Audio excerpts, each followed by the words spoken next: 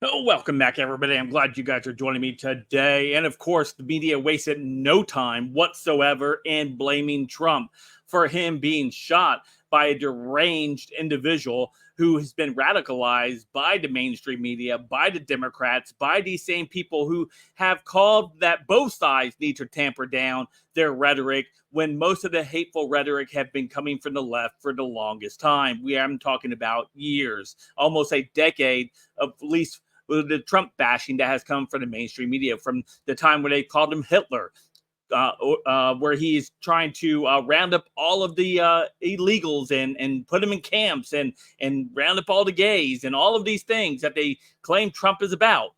Has painted a target on his back. And just recently, with Biden calling for a bullseye to be placed on Trump, these people have no shame whatsoever. You do not hate the media enough of the way they have treated this whole situation of the attempt on Donald Trump's life. If this was a Democrat that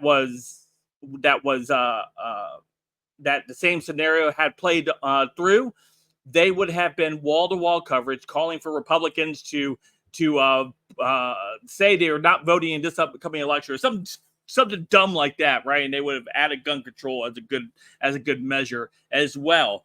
But here's George Stephanopoulos from over there on ABC, of course, speaking out his rear, talking about Donald Trump. Let's take a listen. We have to point out, no matter who the shooter, what the shooter's motives were, no matter who the shooter is, you are going to hear conspiracy theories going forward.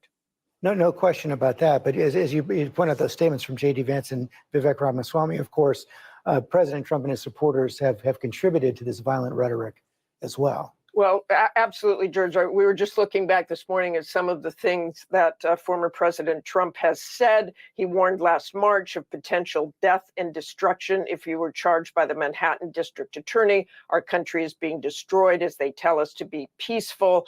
Trump in January warned of bedlam in the country if the criminal charges against him succeeded.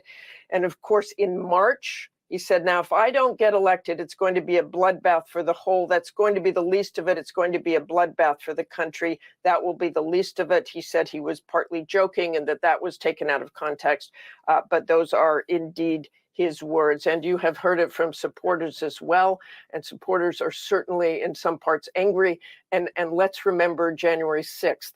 In so many ways for the campaign, January 6th will probably be in the background after yesterday's event. This is a very difficult time for this campaign. I'm sure this week in Milwaukee that President Trump will highlight this, and President Biden is going to have to figure out how to go forward with his campaign and what exactly they say.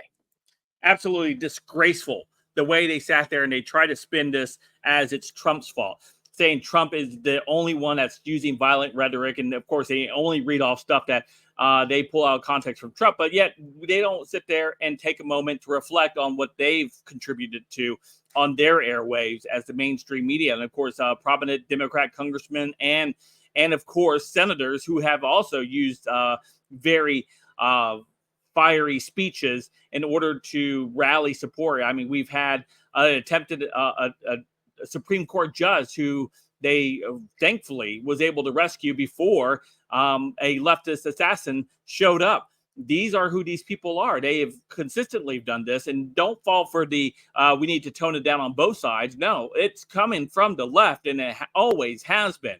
This is their game plan and their playbook, and they will sit there and they will try to bring you right down with them, saying, "Oh no, we're both doing the same thing." No, you guys have done it extremely much more.